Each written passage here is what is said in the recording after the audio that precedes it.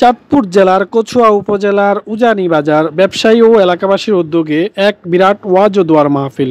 উক্ত মাহফিলে নসিহত পেশ করবেন আল্লামা ফজলে ইলাহি দামাত বারাকাতুহুম পীর সাহেব উজানি, নায়েবে আমিরুল মুজাহিদিন হযরত মাওলানা মুফতি সৈয়দ মোহাম্মদ ফয়জুল করিম শায়েখে সরমনাই বয়ান ইশার নামাজের পরপর।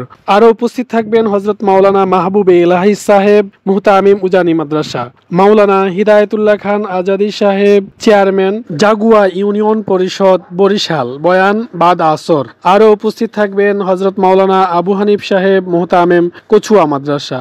আরও উপস্থিত থাকবেন মাওলানা ইহতিশামুল হক কাশিমি উজানি।